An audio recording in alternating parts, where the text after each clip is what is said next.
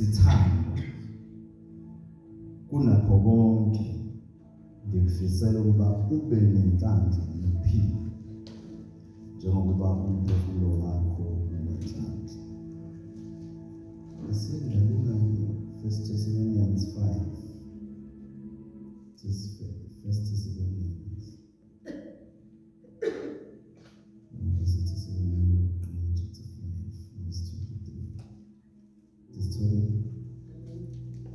Kepha uNkulunkulu wokuthula yena uqobo makaningcolise ngokupheleleyo kulondolozwe umoya wenu wonke nomphefumulo wenu nomzimba ungabi nacala ekufikeni kwenkosi yethu Jesu Kristu. Khona izinto efanele zingcoliswe ngokuphelele, kufanele zilondolozwe umoya wenu wonke nomphefumulo wenu nomzimba.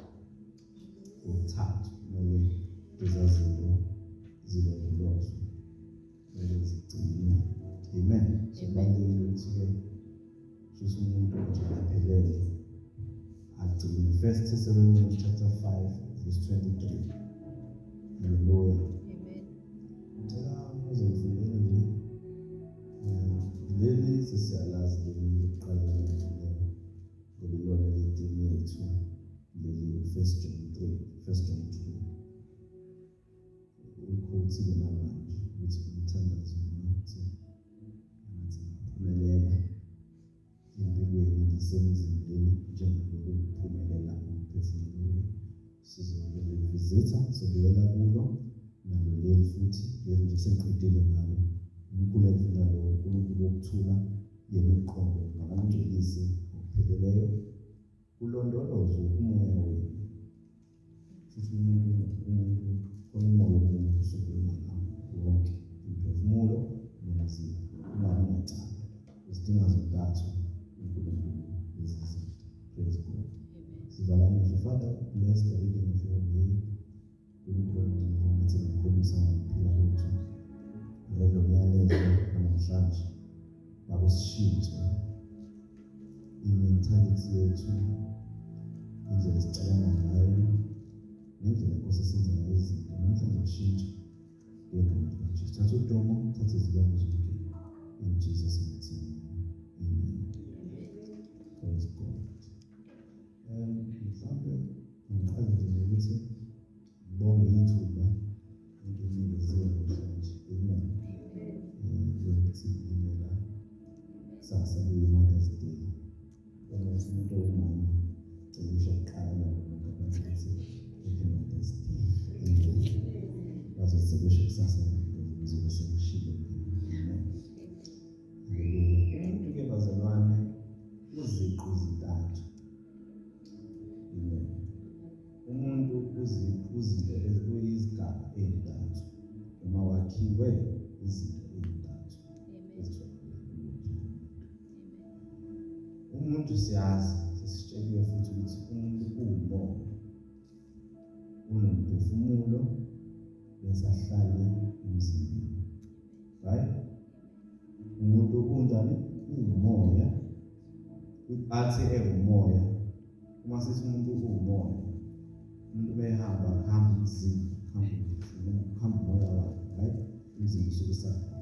So uma sithi umuntu uwumoya bese abe nomphefumulo, iheze unomphefumulo okuyo bese uhlala kulo mzimba esuwona. Wena uqobo awusiwena lo esimbonayo. Ngiyangizwa nami? Akusiwena lo esimbonayo. Wena umoya ongaphakathi. Lo okuyena wakho uJesu. Hallelujah. Uma umuntu esindiswa, umoya wakhe owakhiwa ngokusho. Ukhona bazalwane? Umoya osindiswayo umuntu. Wona lo ukwazi ukuconnecta. Bese umphefumulo awushintshi ngaleso sikhathi qeda kusindiswa along with umzimba. Bangena kwi-process yokuqulwa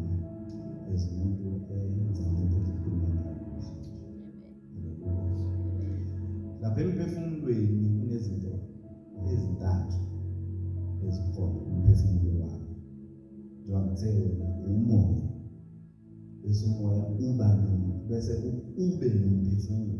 Lapha emphefumulweni kunengqondo yakho, there's your mind. Kunengqondo, nemicabango, right? Imicabango yakho isuka emphefumulweni, which is your mind. Bese kuba nama-emotions, indlela ozizwa ngayo. Yonke le nto is in your mind. Mau-happy, mau-sad, mau-jabulile, your emotions, mau-react, zonke le nto zibiso. Nikhona nto bazalwane? Bese kuba khona ne-will, intando yakho. It's all in your soul. So masifuna ngomphefumulo sikhuluma lezo zinto. Ingqondo yakho, futhi imicabango yakho isemphefumulweni wakho. Indlela ophendula ngayo, ama-feelings, ama-emotions, indlela ozizwa ngayo, indlela obuka ngayo izinto, wonke lama-5 senses they are in your soul, right? Bese kuba nomzimba nesibonisa. So umuntu uma esindiswa ingxenye eshintshayo ileyo moya phela. Kwi-salvation uma uphamisa zamanje uzokwamukela uJesu, ukhona inibazana sokwamukela uJesu wasoshintsha indlela kuya ngayo nje singathi isikhathi nje. Kwabona abantu ukuthi hayi sisindisiwe, sibona indlela, sibona umzimba wakhe. Yini indaba? Ingoba umoya womuntu osindiswayo at salvation. Usuku recreatwa umuntu ekuKristu uyisidalwa esisha. Okwakudala kudlulile bheka sekuvela okusha. Lezi zinto ezidlulile azisizo lezi ezifuzile. Akusizo lezi ezimisolo. Lezi ezidlulile. Zisekho uma wasindiswa usukusacabanga ngendlela usacabanga kade ucabanga ngasindiswa. Usukusabuya ngendlela kade ubuya ngayo ungakasindiswa. Right? But kune-process ekuthenini ke ushintshe isoul yakho igcine isivumelana nalokhu okwenzeke in your spirit. Amen. Automatically uphumele emzimbeni. Amen. Kanjalo futhi uma isoul inga-renewiwe noma ingashintshiwe, iyakwazi ukuthi igcine isi-affecta umzimba wakho. Shuthi isoul, umphefumulo uphakathi. Angifuni ukuba ahead of myself because umphefumulo wakho uphakathi nendawo between umoya nomzimba. So okusho ukuthi uma ngenza isibonelo uma singazibeka zothunda izinto, umoya wakho la osindisiwe bese umphefumulo phakathi nendawo bese umzimba. Izinto ezenzeka kwi-soul ziya-affecta negatively or positively lezi zinto esemathubeni zomzimba. Uma uzowondla uzovula, ake ngisibonele nje, asithi kune-valve phakathi kwalezi zinto zontathu, amapayipi lawo, umoya wakho, umphefumulo wakho nomzimba. Uma uvula i-valve kakhulu yezinto zenyama uzokondleka ngapha. Kusho umphefumulo wakho uzokapakela kakhulu ngapha emzimbeni. Kodwa uma futhi uba prayerful kakhulu, ufunda izwi kakhulu, uyamstava lo ngala bese kondleka lo ongapha okumoya. Amina niyezwa. Right.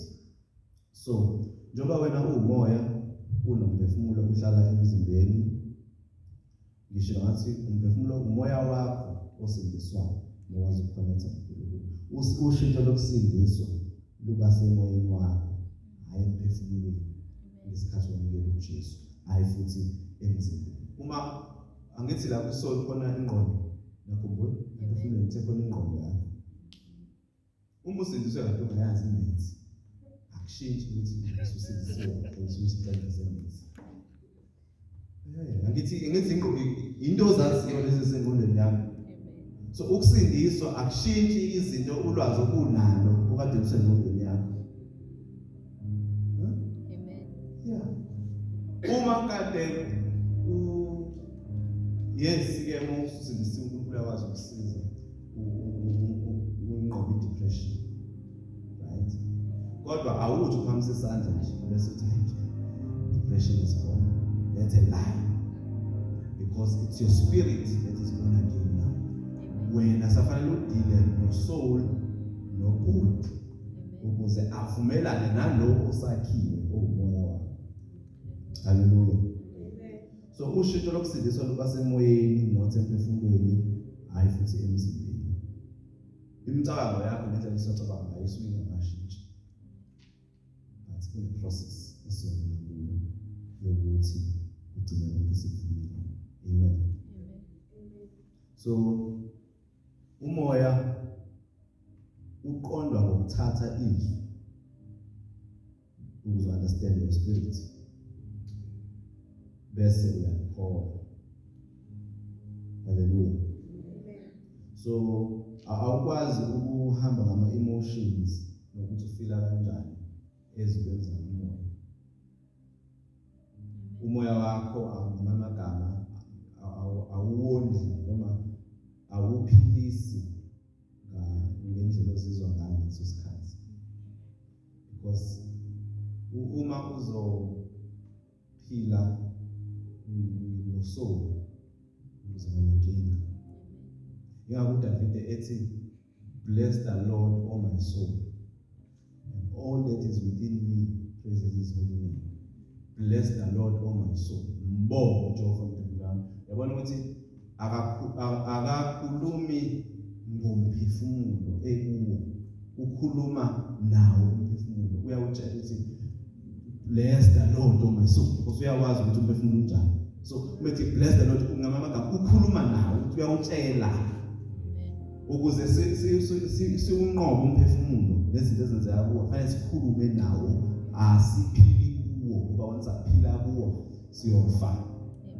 Uma siphila ngomphefumulo, masihamba ngokwesoul, sokuthini, ngoba isoul isifuna sifile, isoul isifuna singamkhonzi uNkulunkulu ngomoya, ifuna simkhonze ngendlela esifila, nangendlela esicabanga, nangendlela esibona, nangendlela esithinta ngayo, nangendlela esizwa ngayo.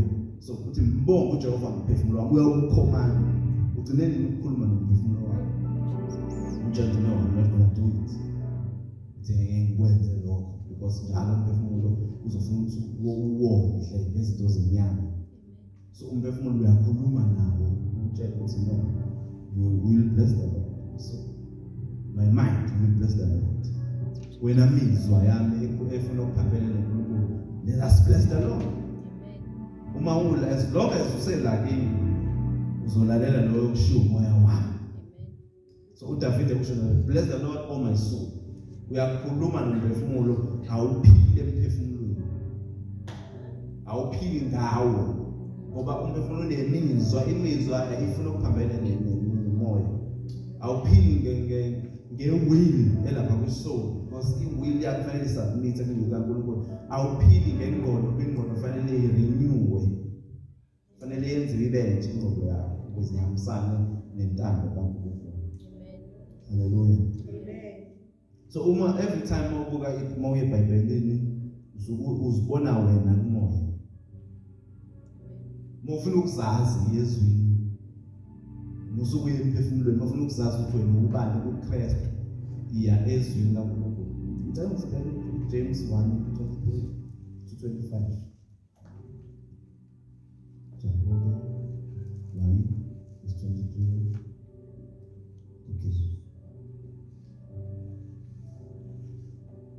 Okay, sengithole. James 1:23. Ngoba uma umuntu engolizwayo izwi engesiye olenzayo, lowo ufana nomuntu obubuso bakhe bemvelo esibukweni, ngoba uyazibuka amuke akhohlwe masinyane ukuthi wayengonjani. Kepha obukisisa emthethweni opheleleyo wenkululeko nohlala kuwo, engesiye ozwayo nje akhohlwe, kodwa engowenzayo asebenze, lo uzakuba ngobusiweyo ekwenzeni kwakhe. So izwi la uliveza uJakobe njengesibuko ukuthi uma ufuna ukuzazi ukuthi ubani umoya, Yesu. Uma ufuna nje ukuzazi, to define who you are in the spirit, yezwi likaNkulunkulu. Musukuze emphefumulweni nasemzimbeni ukuthi ubani. Hallelujah. So the word is a mirror. Lesibuko esiveza ukuthi ungubani kwelikamoya. So izinto ziba zintsha zonke kumoya. Once wasindiswa, everything become new. La vese lithi umuntu uKristu uyisidalwa esisha, owakudala kudlulile bheka sekuvele okusha. Izinto zakamoya lo usedalwe kabusha emoyeni. Izinto ziba zintsha zonke kumoya uma umuntu esindiswa. But you still have to go through the process of renewing your soul. Yes. Amen. Hallelujah. Alibongwe igama lenkosi. So umphefumulo ke bazalwane uguqulwa ngezwi. So umphefumulo wakho uyakwazi ingqondo le kade ngikhuluma ngayo iyaguqulwa ngalezwi bese kuba imizwa yakho nayo iguqulwa ngalo izwi bese kuba intando nayo yakho iyathotshiswa kuvela intando kaNkulunkulu konke lokwenza ngezwi. So your soul can be transformed now to the degree you renew your mind. Amen. Hallelujah. So umphefumulo wakho uyakwazi ukushintshwa kule level oshintsha oguqulwa ngawo i-attitude yakho nendlela ocabanga ngayo nengqondo yakho. Hallelujah.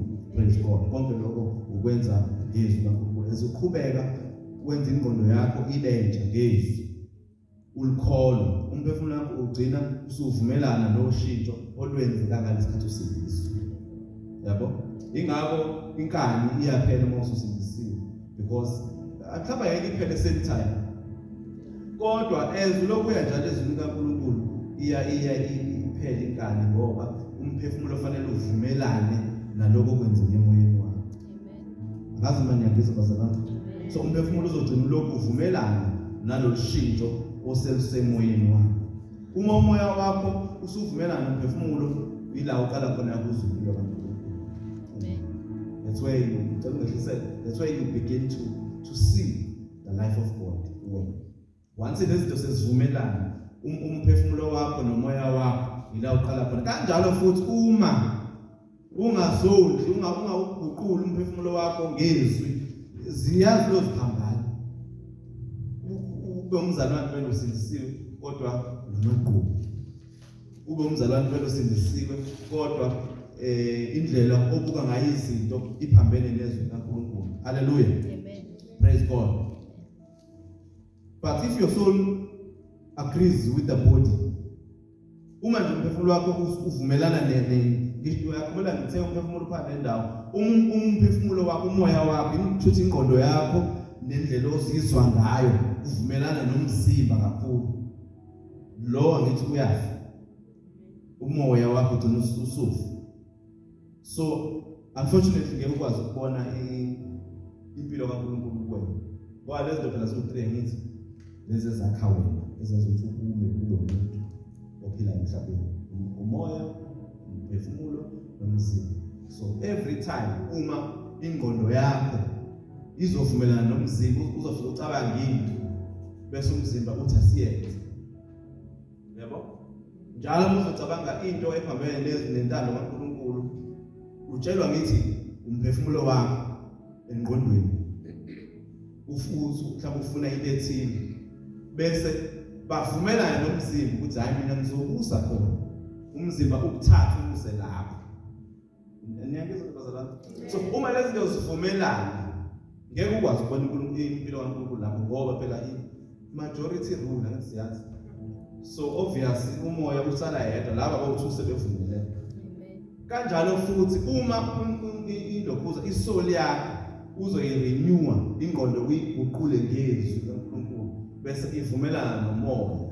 Futhi lo bese uyazama ukuconvince ngemicabango ukuthi asenze ukuthi noma ngifuna ukwenza ukuthi noma kuwukuthi umcabango negative nemicabango in contrary nezwi kaNkulunkulu bese kuvele izwi kaNkulunkulu kube yilo winayo engqondweni yakho ngoba ingqondo yakithi siyaguqula bese automatically uwele lapha kumoya lo uzosala yedwa uzophoqeleka ukuthi agcine elandele laba bobathathu. Laba bobabili umzimba esesele yedwa uyaphoqeleka ukuthi alandele umoya nomphefumulo wakho. kanti uma ehlula umoya umphefumulo evumelana nomzimba lo akabalandeli uyasala yena umoya uyasala yena bese kube ikhona eliphila ngenyama nangemizwa nangokuthi ngibona nangokuthi ngizizwa kanjani nangendlela ngibuka ngendlela yami ngoba intando yakho ayintshile. Haleluya. So umphefumulo wakho umphakathi komoya nomzimba. So if you are dominated by what you feel, uma nje wena ubuswa ukuthi namhlanje ngizizwa kanjani, I feel down, yabo namhlanje ngathi ngiyalala, namhlanje ngibuswa ukubona ukuthi okay namhlanje ngathi kuyabanga. So uma uzophila kanjalo bazalwane, hayi uvumelana nomzimba wakho, umzimba wakho uzothi hayi ngoba ke ingqondo ucabanga kanjalo asiyi, yabo hayi futhi uma nje ingqondo izothi namhlanje angizizwa kahle, ngisick namhlanje I need something, ngidinga ukuthi angiye enkonzweni, bese athi umzimba hayi ngeke ngithathe nami ngesi udinga umphefumulo udinga ingqondo idinga umzimba ifike la enkonzweni ukuthi futhi idinga umzimba ukuze iye esonweni. Umphefumulo akwazi ukuthathela ubhili uphamisa ngesandla udinga umzimba. Umphefumulo akwazi ukuzithatha uzisemfaneni noma intombazaneni, udinga umzimba, udinga ukuthi bavumelane bokuthula. Ngesikhathi bevumelana lo usesele yena. Haleluya. So awukwazi ukubuzwa nokudominatewa umphefumulo, awukwazi ukuphila ngokuthi uzizwa kanjani. That's not a life yokuthi uphila ngokuthi uzizwa kanjani namhlanje. Uyayicindezela imicabango nemizwa. Ngisho ngathi le i-process bazalwane ithatha isikhathi but definitely siphile ngayo ngoba lezi zinto zihlale zilwa nje uze ufe. Uze ufe kunomuntu onsiswayo. Haleluya. Haleluya. The salvation of the soul is at the end in Jesus. Uzokususwa completely. Usunikezwa umzimba omusha, a glorified body. But as long as you are still alive, you have this body, you have this mind. Fanele ukulwela ukuthi usuku nosuku wena ukhulu impilo yakho Yesu. Praise God. Umzimba unayo icontrol kodwa ulandela ukushiwo umphefumulo. Awukwazi umzimba wakho ukuthi ngiyibonile sengila. Qalela ingqondweni yakho. Uqale endleleni ozizwe ngayo. Kwahayi ingqondo. Awukwazi ukuthi hayi yazi akazi. Ngibona sengitsendle nje yathenga. Qale wayicabanga nje. Qale wacabanga wadecide. Waswathi umzimba ke let's go. Afika khona, right? So umzimba unayo control wodwa. Haleluya. Ulandela ukushiwo umphefumulo, ulandela ukushiwo ama-senses awu-5. Uma umphefumulo uvumelana nomoya uyaqala uveze impilo sengishiwo umphefumulo. Amen. Right. Usunakho konke okudingayo emoyeni wakho.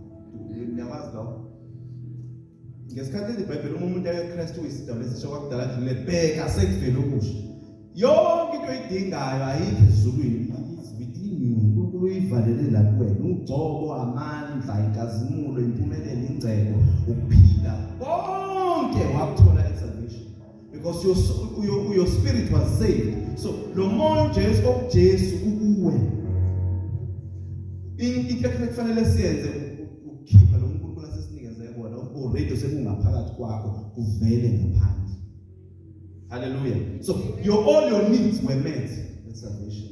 Ngesikhathi wamukela uJesu uNkulunkulu wakunikeza konke okudingayo. It's a matter of taking it out of you.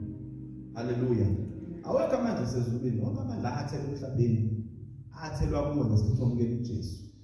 Hallelujah.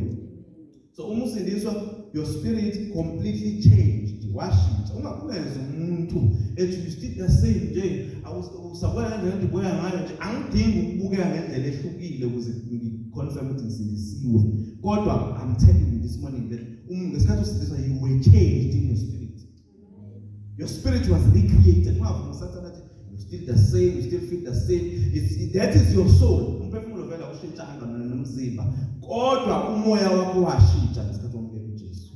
Awufani nomuntu ongakhona. Awufani nomhedeni. Ningangena esitolo esisodwa ngibele iteksi eyi-1 bamawele ngqoke indlela efanayo. You are not the same.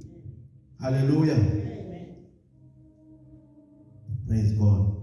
Wena uzama ukuthola utho kuNkulunkulu konke okudinga empilweni yokukholwa kufakwe emoyeni wakho. Yiwona umoya ofanele uwondle ukuze ukhiphe lokhu kufakwe ngaphakathi kuwena. Konke okudinga kwafakwe emoyeni wakho isikhathi uJesu.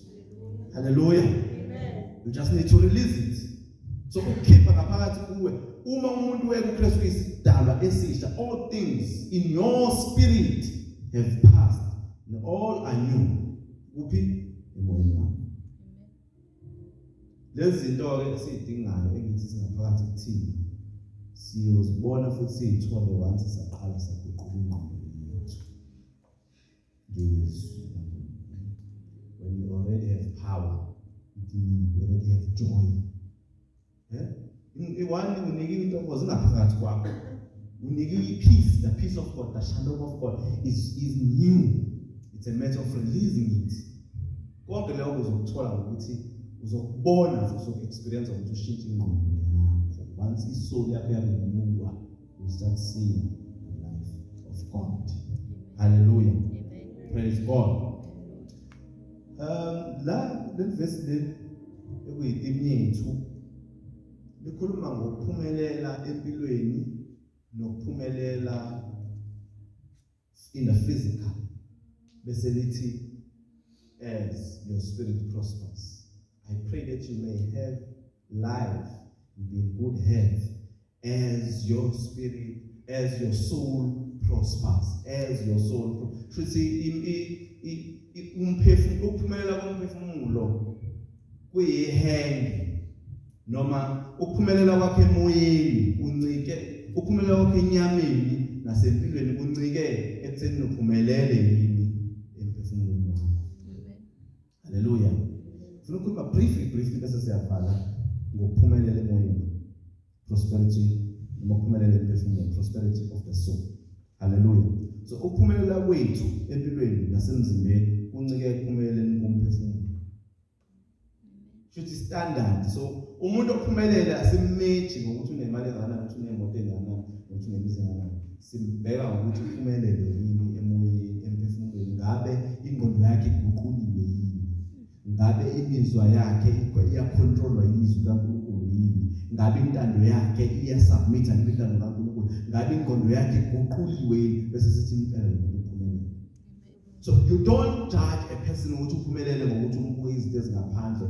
Umuntu ngokwezwa kaNkulunkulu uphumelele ngokuthi uphumelele emphefumulweni wakhe. Amen. Hallelujah. Praise God. Our soul is in the process of being saved. Ngishilo lokho ukuthi daily we renew the mind. Hallelujah. Onjani umphefumulo ophumelele? Noma what is the prosperity of the soul?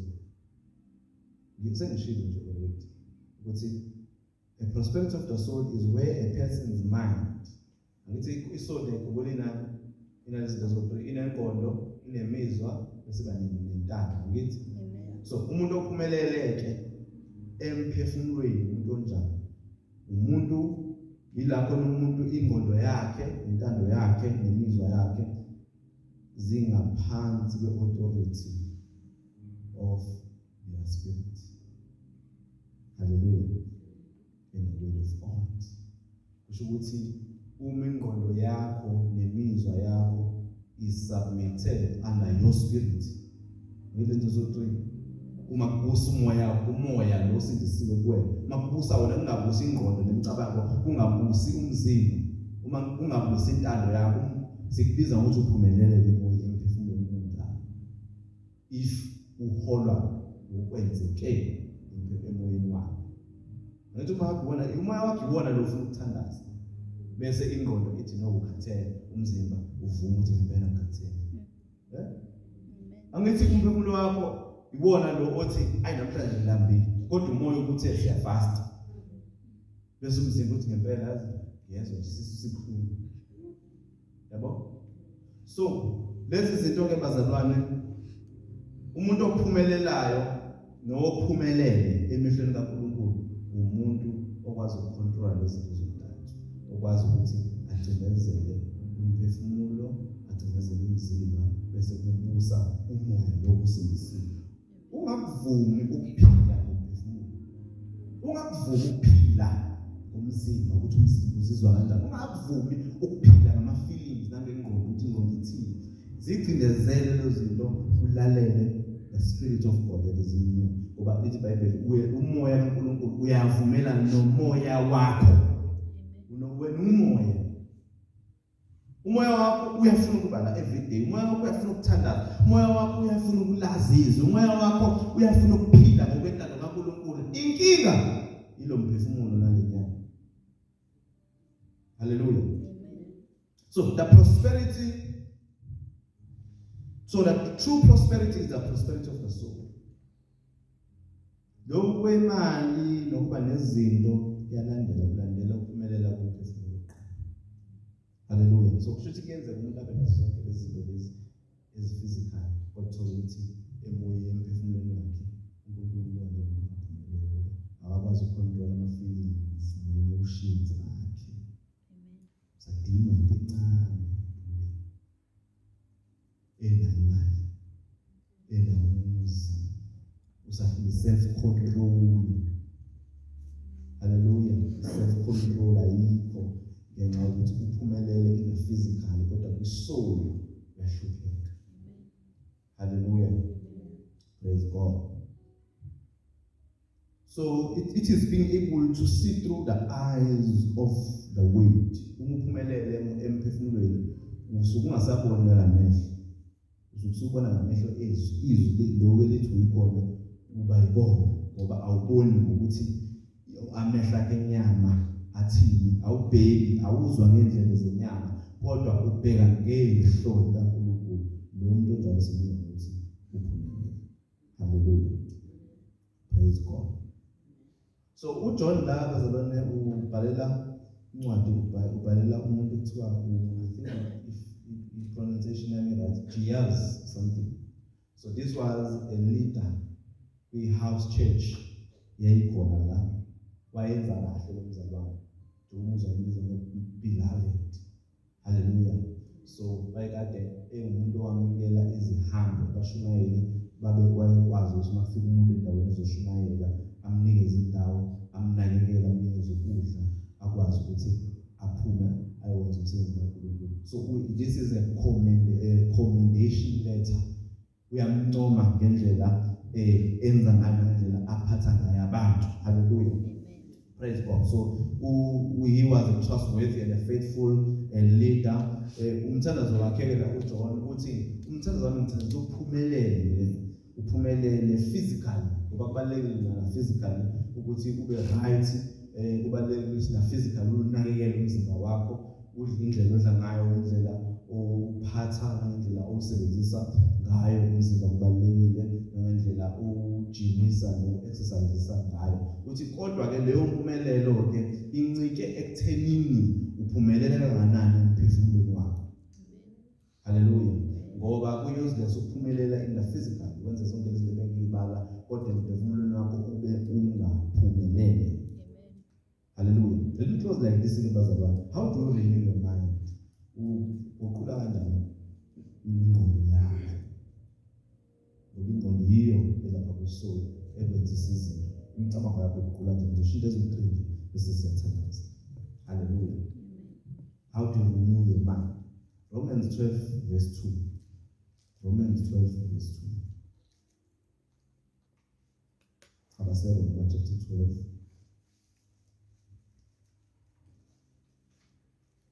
Verses number 2. Ningalingisi lelizwi, kodwa niguqulwe isimo ngokwenziwa ibentsha ingqondo yenu. Yazi ukwenziwa ibentsha ingqondo yenu. Ingqondo yethu fanele ibe yintsha, iguqulwa ngezwi. Isoul iguqulwa ngezwi ukuze nibe nokuhlolisisa okuyintando kaNkulunkulu okuhle, okuthandekayo nokupheleleyo. Hallelujah. So ngishilo ngathi uma usindiswa umphefumulo wakho awushintshanga kodwa umoya wakho owashintsha. Ukuqula kwengqondo ke bazalwane is a daily process. We are every day. Ngizwe bazalwane? Amen. Ukuqula kwengqondo akusinto ukuthi ayisengenzile ingqondo yami siguqukile. It's an everyday thing. It's an everyday thing. Hallelujah. It's a daily process. The process iqala ngalesikhathi uzondla ngezwi likaNkulunkulu. The process eqala lapho. Isikhathi uzondla ngezwi likaNkulunkulu iyaqala ingqondo yakhe iguquke. As uqhubeka uyiqilisa ezwini likaNkulunkulu, indlela ocabanga ngayo iyaqala ishintsha. Nendlela obuka ngayo izinto iyaqala iguquke. Nendlela owenza ngayo, nendlela ocabanga ngayo iyashintsha. Hallelujah. Praise God. So izwi eliguqula ingqondo yomuntu. Steps to renew your mind. Proverbs 4 verse 20 to 22. Lezo sifunde ngesingisi ongangifundela nje. Proverbs Izaga 4 verse 20 to 22. Hello, ophethe isifundo. Izaga 4 verse 20. Verse 20. My son, attend to my words, consent and submit to my sayings. Let them not depart from your sight. Keep them in the center of your heart, for they are life to those who find them, healing and health to all their flesh. 22. Yes. Yes. For they are life to those who find them, healing and health to all their flesh. Amen. Into yokuqala oyenzayo ikhona nama steps awuqala. Number 1, ufunde futhi verse 20. Verse 20. My son, attend to my words, consent and submit to my sayings. Is number 1 there. Attend to the word. Umufuna ingqondo yakhe iguqule. Attend to the word. Thini lapho sina? Ndodana yami, lalela amazwi ami. Lalela amazwi ami. Attend to my word. Into yokuqala leyo yenzayo. Ukuze uguqule ingqondo. Lalela amazwi ami. To attend is to completely devote, is to be completely devoted. To be completely devoted. Attend to that word. Ukuba igama lithi attend lisho futhi kuba addicted. Umuntu o-addicted to drugs. Amen. Umuntu o-addicted to drugs. Ukuthi angadayisa ngisho i-TV 100 rand. Amen. Uma eseyifuna lento ayifunayo. Uma esefuna ukunelisa satisfy the craving, the addiction, angenza noma yini. Angathatha kwasana noma yabani ngenandaba ukufuna lento ayifunayo. La uthi uNkulunkulu ke asibe addicted njenge-drug addict ezwini lakhe. Asibe nama cravings ezwi. Must attend to the word. Izwi sithathe very serious. Libe yingxenye yempilo yakho nje yonke. Kungabi ukuthi ulisebenzisa. uNkulunkulu akafuna ukuthi silifune noma sililandele izwi ngoba siya enkonzweni ngoba soshumayela ngoba siplaniwe. Ufuna kube into esiphila ngayo ukuze ingqondo yethu iguqulwe. Ngithe it's a daily process. Into every day. So uthi ke attend to the word. That is number 1. Is to be completely devoted, to be addicted. Hallelujah. Amen. Praise God. Amen. So the more you consume the word of God, is the more your mind will be renewed. Ngesikhathi lokhu uzondla ngezwi uyiqwisa eBhayibhelini ulifunda every day, ila uzoqala khona ingqondo yakho nendlela obuka ngayo izinto nendlela ocabanga ngayo ishintsha. Lapho kwenzakalani in your soul? Your soul is being transformed. Your soul is being renewed ukuze ibe aligned with your spirit. So uzogcina seyivumelana lezi zinto. Akumele ithi bekhuluma yakho ingqondo ivalwe izwi likaNkulunkulu because ligcwele ingqondo yakho. Then umzimba is bound to follow. Amen. umzimba wakho uyaphoqela ukuthi ulandele because your mind is renewed. So when you are fed by the word of God, noma akusho ukuthi ngeke ufike inkinga, akusho ngeke ufike ilingo, akusho ngeke ufike ukwesaba, kodwa kuzothi makufika lezi zinto nenselelo ungaziboni ngamehlo akho kodwa uyibone ngamehlo ezwi, ungayiboni ngamehlo akho uyibone ngamehlo kaNkulunkulu, ngoba ingqondo yakho iguquliwe ngezwi. So bese kunetha ukhumbule ukuthi no, lokhu lingokubehlelayo kwabehlela nabanye. Hallelujah. Izothi zifika phezu kwalizwi bese ungayibuki ngamehlo akho okuhluleka kodwa uyibuke ngamehlo kaNkulunkulu namehlo ezwi, because ingqondo yakho iyaguqulwa once wazicwilisa ezwi. Hallelujah. So Joshua 1 verse 8, le ncwadi yomthetho mayingasuki endebeni zomlomo wakho. Hallelujah. Ubuzindla ngayo nini imini nobusuku. It's a daily thing. Bazalwane, ingqondo yethu iyasirobha kakhulu ekutheni senze izinto zikaNkulunkulu because ihlala isitshela lokho ekufunwa yiyona. Kodwa once saqala saba serious attend to the word of God, attend ezwi likaNkulunkulu, ingqondo iyaqala ishintshwe yizwi nendlela esibuka ngayo iyaqala iguquke. Number 2, how to renew your mind. Focus on God's will. Hallelujah. Focus on God's will. Don't lose focus. Don't do it today.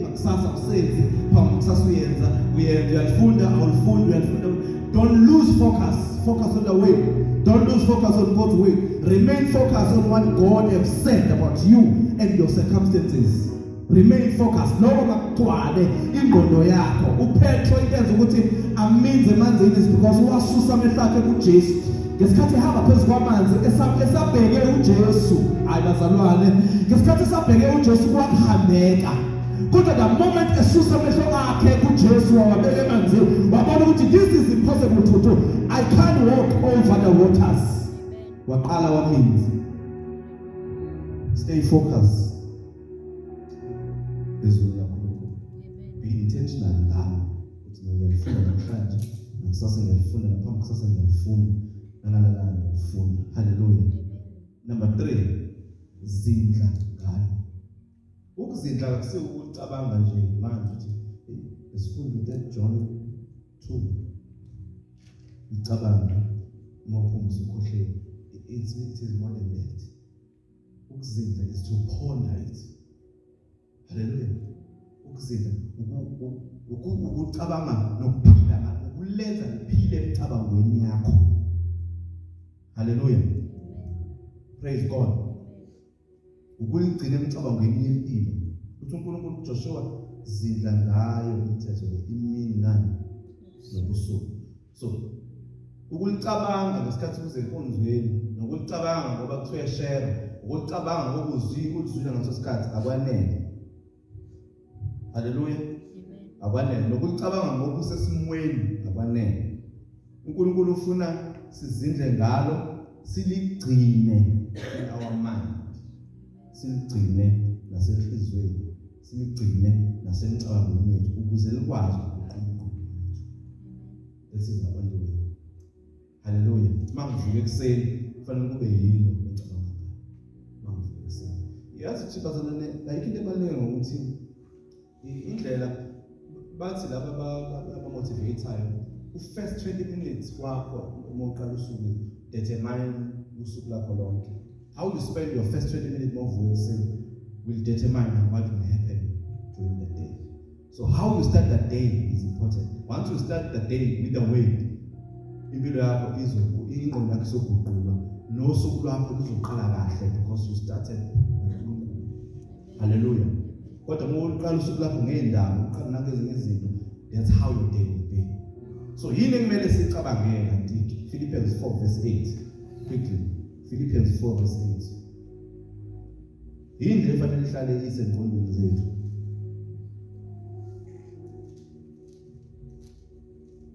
Cela masutholile umfundo lesimanje. Philippians chapter 4 verse 8. I want to close.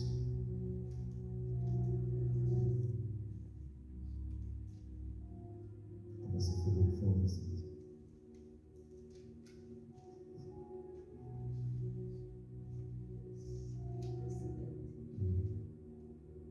elokugcina bazalwane konke okuyiqiniso. Okay. Right. Carry on. Elokugcina bazalwane konke okuyiqiniso. Konke Sinothise lezi azibala isimama nje. Ukuqala okuyiqiniso, yes. konke okuhloniphekayo, konke okulungileyo, konke okumhlophe, konke okuthandekayo, konke okutusekayo, noma kukhona okuhle noma kukhona okubongekayo, zindlani ngalokho. Amen. Nazi izinto efanele sidle ngazo.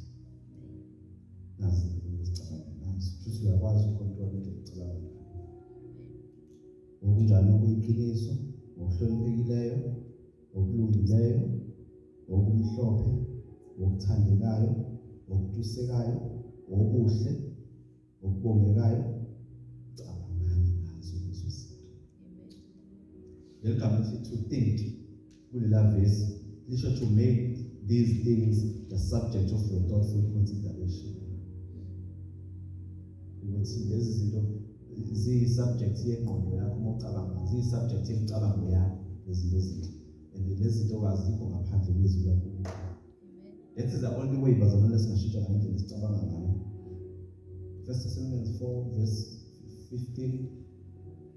That is the only way yokushintsha ingqondo yakho, yokushintsha imicabango e-negative, yokushintsha imicabango e-lustful, yokushintsha imicabango ekudonsela phansi ukuthi uyi-suppress, uyigcinezele ngezwi.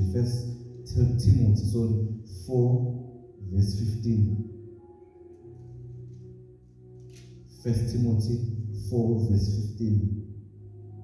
Ngoba uNkulunkulu ufuna ukuthi sibuswe imicabango yakhe nezwi lakhe ukuze siphile, singaphili ngokuthi sicabanga kanjani. Ufuna verse 15. Nakekela lezo zinto ume kuzo ukuze ukuqhubeka kwakho kuqhame kubo bonke. Nakekela lezi zinto lezi zicabanga ngazo, zinakekele ume kuzona. Ungavumeli ukuthi ingqondo yakho igcwale ezinye ezingekho ngaphezulu. So ngicela abantu namhlanje bazalwane njengokula kwenza i-commitment yokuthi ngiyazicommit ukuthi ekuseni ngizofunda izwi before ngihamba, ebusuku before ngilale, into yokugcina izoba sengqondweni yami izwi. Hallelujah. So ukuzidla, ukugcwalisa ingqondo yakho ngezwi uma uvuka. Uma uthuzidla ngezwi uyigcwalisa, uma uvuka ekuseni you read the word of God. Uqaphele ukuthi uhlalane engqondweni yakho usuku lonke. Angithi ngesikhathi ifika imicabango emini, beyisusa imicabango emini, ucabangele lazo lapho ufunda ekuseni. Ezujwayela ukulifunda every day, lizobusa imicabango yakho. Uzobona ungasenayo le micabango emibi ne-negative naleqeda manje. Uzoyibona isiphelile ngoba ugcwele lona in your mind. Automatically lizoya nasenhlizweni yakho izwi. Hallelujah. So ukuzindla ukuya kolala ucabanga ngokuthi utheni uNkulunkulu kuwena izwi. Ngoba iyona into ezobe yokugcina ezobe isengqondweni yakho. Hallelujah. Automatically imicabango yakho izoshintsha. So uma ufuna ukukhululeka kwimicabango emibi le onayo, kumele uzidiscipline ekulandeleni le ndlela lenkulumo ngayo. Ukuthi uyavuka ufunda izwi, during the day ucabanga ngalo, at night before you sleep you read the word of God. So uma ufuna ukukhululeka kwimicabango, sonke sinemicabango negative but we suppress yonke le micabango ngezwi. Manje uzoyigcinezela kanjani imicabango lingekho izwi laNkulunkulu in your mind? Hallelujah. Praise God. Noma futhi ufuna ukuthi lingakuphunyuki izwi, ulifunda every day. Ngoba lizokulahlekela uma ulifunda namhlanje ungalifundi kusasa ufunde ngalelala. Uma ufuna lingakuphunyuki, read it every day. Alibe ingxenye yempilo yakho. Hallelujah. Praise God. So ekugcineni ke bazalwane, umoya wakho iwona ozobusa phezu kwempilo yakho, akusiyingqondo yakho. Sathane usirobha la. Sathane usirobha kwisoul. So uthi uJohn Mikela uthi njengoloku I pray ukuthi kuphumelele in the physical, njengalokhu kuphumelela umoya wakho. Umoya wakho uzophumelela, umphefumulo wakho uzophumelele, kufanele ushintshe ingqondo yakho ngale ndlela yakho. Ngicela singene.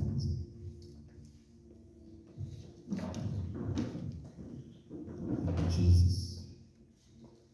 us to make a commitment to with the course. I will renew my mind to your word. I will attend to your word. I will focus on the word. And I will meditate on the word. Ngizonakekela ilizwi lakho. Ngizogxila kulo. Bese ngizidla ngalo. Ufuna leyo commitment yakho. Mhlawumbe uma ufika futhi ekhaya ubhale phansi lolu suku namhlanje. You will see umehluko, you will see ushintsho. You will see ukuthi ngeke usabuswa indlela ocabanga ngayo. Usuzobuswa imicabango yezwi. Makufika umcabango, ingqondo yakho izolalela ngokushiwo umoya wakho, ngomoya wakho ugcwele izwi. I want us to pray as a Lord and be intentional. Sithandaze sithi Nkosi, ngiyazinikela kuwe that I will renew the mind through your word. I will submit my will under your will. I will have my emotions under your control. Can we all open our mouth and begin to pray? Kosheta kasora bakasheta rabasuya tarabakoshiyata. Zemandoro kose karabakashita rabakoshiyata rabakoshiyata. Shena ato kasoya rabakasheta rabakasene ribokoshiyata.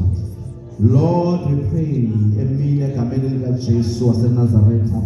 Nkulunkulu ogcwele senze sivumelane namhlanje sathi siqumo uNkulunkulu wethu onamandla ukuthi uNkulunkulu wethu umoya wethu baba wethu ogcwele iwona uzobusa ukuphefumula ubusa ingqondo uNkulunkulu wethu onamandla onke egameni lika Jesu waseNazaretha. Sisho njengoDavide sithi enhliziyweni yakulonda izwi lakho ukuze ngibone kuwe. Ngoba ngiyathandaza namhlanje ekuseni egameni lika Jesu that our mind shall be renewed by your word.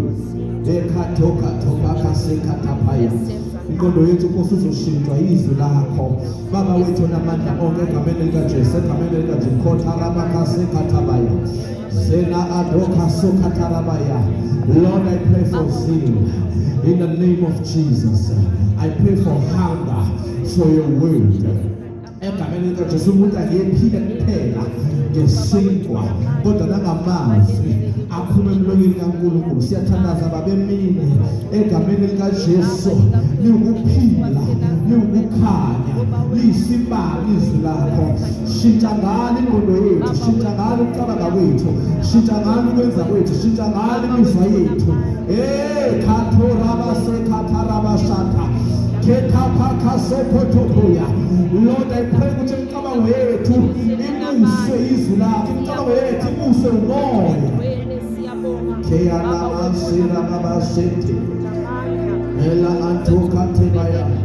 Lord, we are sick and tired of being slaves of the soul. We are sick and tired of being slaves of the flesh. We are sick and tired of being slaves of our emotions.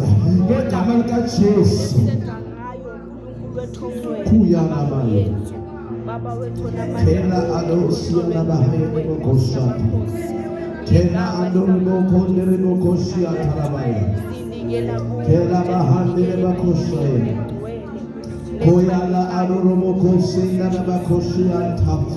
Oh rabaira hase adokaseya. Lord, we trust you for sponsorship of the Spirit. Egameni lika Jesu ukuthi masilifunde izwi lakho wena uzosinikeza amandla, usinikeze umoya ogcwele ozointerpreta izwi lakho phezu kwempilo yethu. Egameni lika Jesu ukuze umoya wakho uvumelane nomoya okithi. Sikunikeza udumo lenkosi ekuseni egameni lika Jesu. Thank you, Lord. Thank you, Jesus. Ulubeka isandla sakho phezu kwekhanda lakho. Ngiyazikhomitha namhlanje Nkosi